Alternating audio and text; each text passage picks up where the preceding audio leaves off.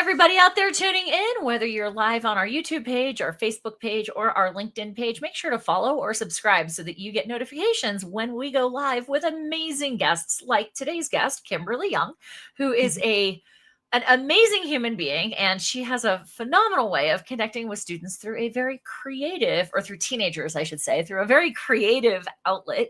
So first things first, good morning, Kimberly, and thank you for joining me. Good morning. It's so great to be here. Thank you. Yeah, so we're talking about helping teens take charge of their future, finding their strengths, identifying what they like, what they're good at, and how they can turn that into something fulfilling for them in the long run, right? And take control of their future. So let's start with this. Give us a little bit of your background and what kind of sparked your interest in helping teens discover their passions and their strengths and learning to create a future they love. All right, sure. My background is in coaching, speaking, training, and a lot of my work started at Kaiser Permanente as a pediatric health educator. So I've worked with kids from newborns, all the way up to 18. And then I've also been a STEM teacher. So all of that has helped me work with teens and tweens. And really how all this, go ahead. No, go ahead. I interrupted. You were just kind of wondering what sparked all of this. And actually what sparked it is when I was teaching during the pandemic and I saw that kids' mental health was declining, and it's still been happening. It's like, gosh, 45% of teens are experiencing depression. And so when I saw some of my kids kind of spiraling and really needing help, I decided if there was something that I could do to help bring hope, but not even that, just to help them see that life can be very joyful and that you can create a beautiful life for yourself. So that's really where this all started. I love it. And I also happen to know that in addition to the work that you do with the drawing or design your future coaching and opportunities and classes that you offer, that you are an author. So let's talk about your book for a quick minute. Yes. So I actually have it here. It's From Bullied to Brave. And I wrote that, I knew I had a book in me.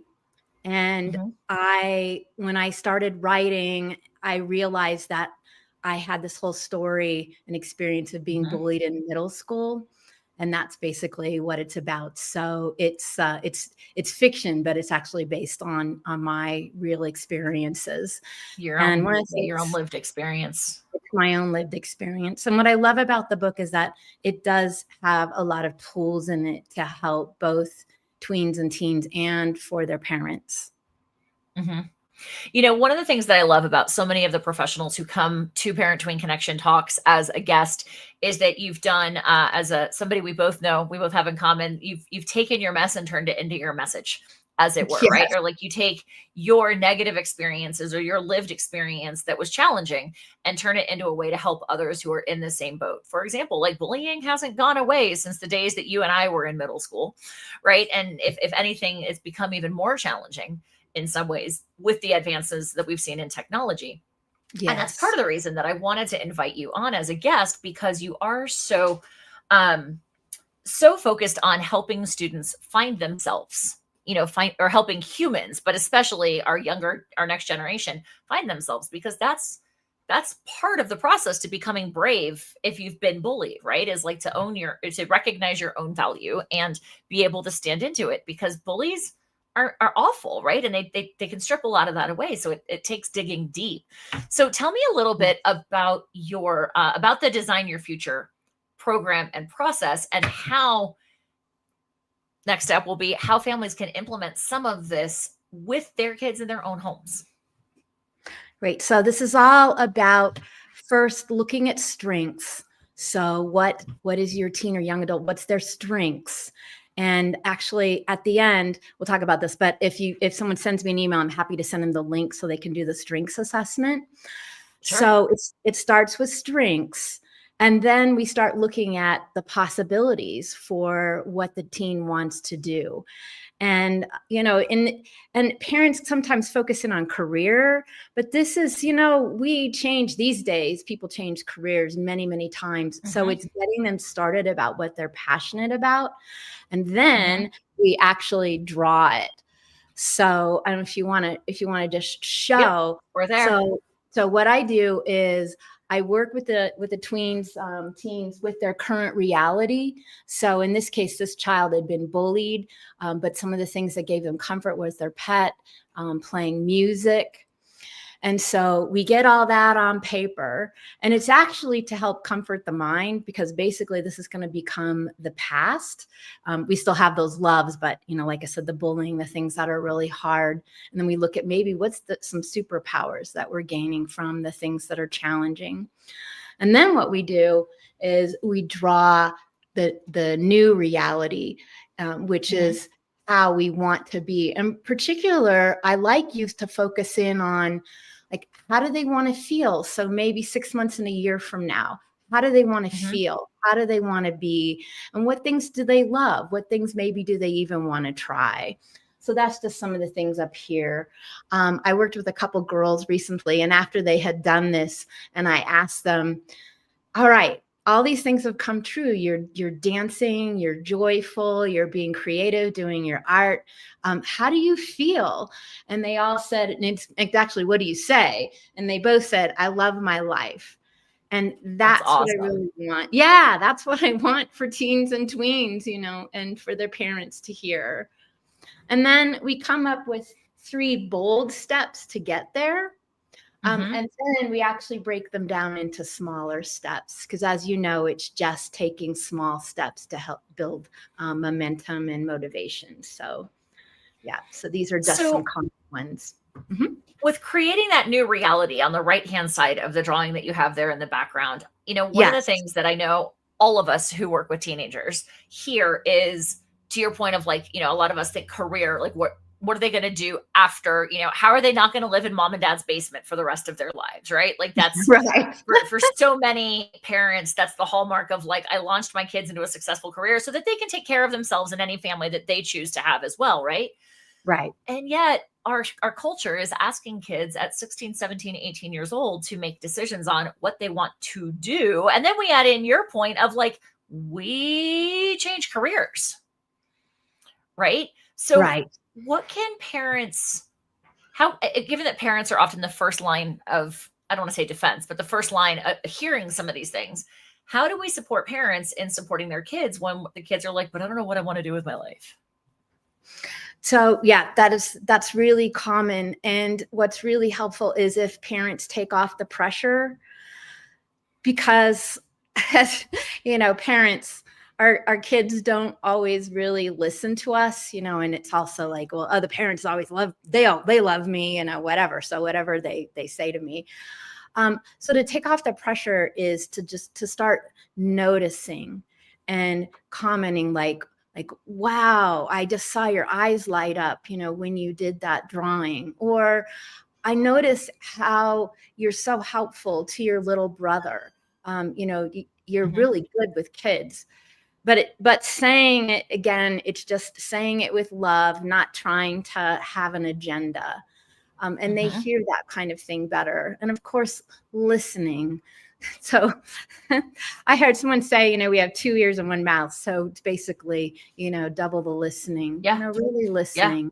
Yeah. Yeah. I think that was actually Napoleon Hill in How to Win Friends and Influence People. And let's be honest, with teenagers, we can't tell them what to do. We can influence their decisions effectively, but the telling them doesn't work as well often. And so, Napoleon Hill said, I'm sorry, Dale Carnegie, we have 2 eyes, 2 ears, and 1 mouth. Use them proportionally. Listen and watch more than you speak. And that's really hard for some of us. It is.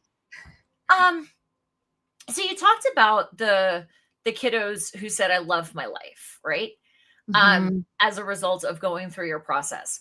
What are some practical steps that parents can take? So you said, listen to them, observe, watch, reflect the things that aren't necessarily outcome related, but are, if we went and we talked about mindset, they're growth mindset oriented, not fixed mindset oriented, right? They're the Right. actions that they're taking to get to a result, not necessarily the result. And when I hear you say, take the pressure off, that's where my brain goes, is to say, we're not looking at the end result of like, you're going to be a caregiver someday because I just saw you being nice to your little brother, but just acknowledging those steps, or that feedback of, wow, your eyes really light up when you draw, or I love watching you dance because I see how happy it makes you, and reflecting those things to them. What are some other ways that parents can help their kiddos recognize their own inherent strengths?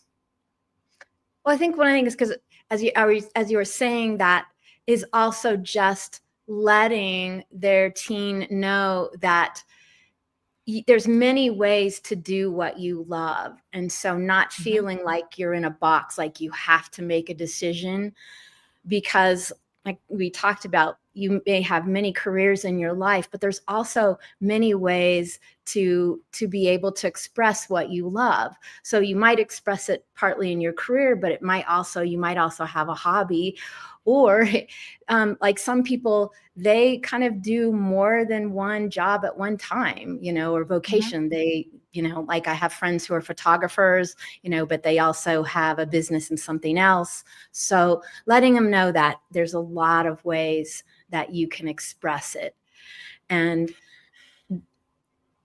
so go ahead. I have a thought, but you had an and, so you go ahead. Yeah. And there was one more thing, because you were just talking about, helping them find their strengths. Also just taking small steps, like joining a club at school, or extracurricular activity to try things out. Going to a workshop. I was just thinking, I'm on Eventbrite, and I know a lot of it is for adults, but there's a lot of free things out there where you can just kind of explore. You can shadow someone. So if you know someone who's really has a cool job, people love to share what they know. And so you could ask someone, oh God, you've got a cool job. Could I come and go to work with you one day or part of the day? So then if we kind of circle back to the idea, you said, take the pressure off, or, don't approach things with the pressure, but then parents are also, very much looking toward the future, and very much like, I want to see my kid be successful so that they can stand on their own 2 feet, and so that they can do their things, and, and not necessarily, I jokingly say, don't end up living in the basement, but really, truly, parents want their kids to be able to launch and to live their lives. Right. Right. And yet, as parents or our generation, we only have our lived experiences to pull on. And there are still many in our generation who look at things like art and dance and writing and such as like not really career paths. So on the one hand, I hear us saying, don't tie the expectations to it, take the pressure off. And on the other hand, we want our kids to be successful, but we don't see X, Y, and Z as being viable career options. How do we help parents bridge that gap? Well, it's interesting because there are websites where you can actually look up these careers, and you can even just put it in, like do an online search or Chat GPT, and you'll see that all of these areas actually can pay very well and lead to great careers. So you can do that for yourself. And if you do there are, like I said, there's websites where you can do a strengths assessment, and then it'll show you like all the different careers and even how much they pay, what kind of schooling they need. So there's all of that. There's lots of great tools out there. And I'm going to throw a shout out for one of the folks who's a trusted expert with us, actually several folks, but one in particular who expressly helps students do just that, right? To go like, hey, here's where our options lie. And he's actually, his full-time role is as what he calls an economic developer. And he sees that so many people in our generation are unfulfilled, but we've gotten stuck in the keeping up with the Joneses fiscal commitments and entrapments of life. And he's like, look, if we can go upstream and get the kids while they're still in high school or young adults and help them, as you're saying, find their strengths to actually go in a direction. One of the points that he made when he was a guest on our conversation here, he said 75% of the jobs that are going to exist in 2035, 10 years from now, 75% of those jobs don't even exist yet. Yes. And there's Yes. so many opportunities. So I love what you're saying, that balances that is, if we find the strengths, what we like, what we enjoy, what we're good at, we don't even know where those could take us professionally, because there's options that, I mean, look at what AI has done and what technology has done, that things exist now that didn't exist when we were in high school. Exactly. Yes. And that's what we So want to do, because the average teen has two careers in mind, and we can mm, expand their horizons and help them see, look at these strengths that you have. There's a whole world of possibilities. And then the opposite is, okay, I want to do this. Maybe there's some strengths I need to develop. And so we can help them see that too. and I think I'm going to give a shout out to actually one of the, well, two of the guests, both of our guests that we had yesterday, both talked about an aspect of, like, when something comes up, like if this conversation is Yeah. uncomfortable and you're like, but, let's take a look at, like, for us, where is that but coming from, right? Like, where is that hesitation coming from? And is it our own beliefs that may be getting in our way, that we're then lending or gifting to the young people in our lives, that are our own limiting beliefs in some fashion? So just a plug for some of our other speakers as well. But And so that's, what are I'm going to some plug you. oh Because I love your connection acronym. Mhm. And one of them, I don't know exactly which one it is, but anyway, there's the one about, explore. So be Yeah. curious. And Mhm. so, and it goes both ways. So if you're having a reaction, be curious about your reaction. But same thing, if your child says something and you're like, also be curious. Okay, what's that about? So Mhm. there you go. And you actually beat me to the punch, because that's usually the final question that I ask our guests. So for, if you're just tuning in for the first time and you don't, or you're not familiar with our foundations of connection, basically each of these phrases I'm going to share with you, the first letter of each spells out the word connection. So it's create a safe place, observe, which you talked about, Kimberly, right? Like reflecting to your kids what you see, not non-judgment, nod and smile, as in like zip it, let them take the lead on things, like you were saying. Explore, which you just chose as your favorite right now. Then we also have challenge your truths, and I think that goes right into what we were talking about like, what are our Yes. beliefs that maybe we're gifting to our kids or the young people that we work with, that maybe aren't valid anymore, maybe aren't true. So that was challenge your truths. Then take your time, innovate, own your own story, and nurture. And so all of those can take so many different aspects as we look at connection, whether we're talking about connection with yourself, connection with a partner, if you have one, connection with your kids, connection even with your parents. Many of us, our parents are still around, and sometimes we have challenging Mhm. relationships with them. So I look at Yeah. that as kind of the all encompassing, the foundations, no matter what connection we want to strengthen. So strengthen. Thanks for bringing that up. I appreciate the plug. You're So welcome. then, I'll use um, it. Kimberly, if folks want to learn more about your Design Your Future program and the way that you're incorporating art after being an educator for so many years, where can they learn more about you and the program? And by the way, I'm going to give her a plug right back, because I've done one of her 2-3 hour Design Your Life or Design Your Future workshops. It's super approachable, especially for those of us who, like, our art capacity maxes at like stick figures. She's super Yes. supportive with that. It's a great program. I would even say that parents and kids could do it together. But if they want to learn about that, where do they go? All right. So I'm on social media, so you can find me under my name on Facebook or LinkedIn. On Instagram, I'm at Brave Transformations Now, and that's my website, Awesome. bravetransformationsnow.com. And then she's Kimberly Young in all the other places on social that Yeah. she's not Brave Transformation. So, all right, fantastic. So, as I said at the beginning, if you're tuning in, if you haven't followed us wherever you're catching us right now, please make sure to follow or subscribe so that you find all of our upcoming and past interviews. And Kimberly and I actually are going to head over to Parent Tween Village next. Parent Tween Village is our family-facing community. We're all about education and community to help parents, primarily of kids between the ages of 10 and 20 years old, support each other, get the moral support that you so often need, and education from professionals like Kimberly. And then we've also got a supportive community around those families in our Trusted Expert Network with professionals who we've vetted, and we can say, hey, these folks really know what they're doing. So it's a great resource for families. If you're not there yet, we'd love to have you join us. So come on over, but at the very least, make sure to follow us. Kimberly, thanks for joining me, and stand by. Yeah, thank you.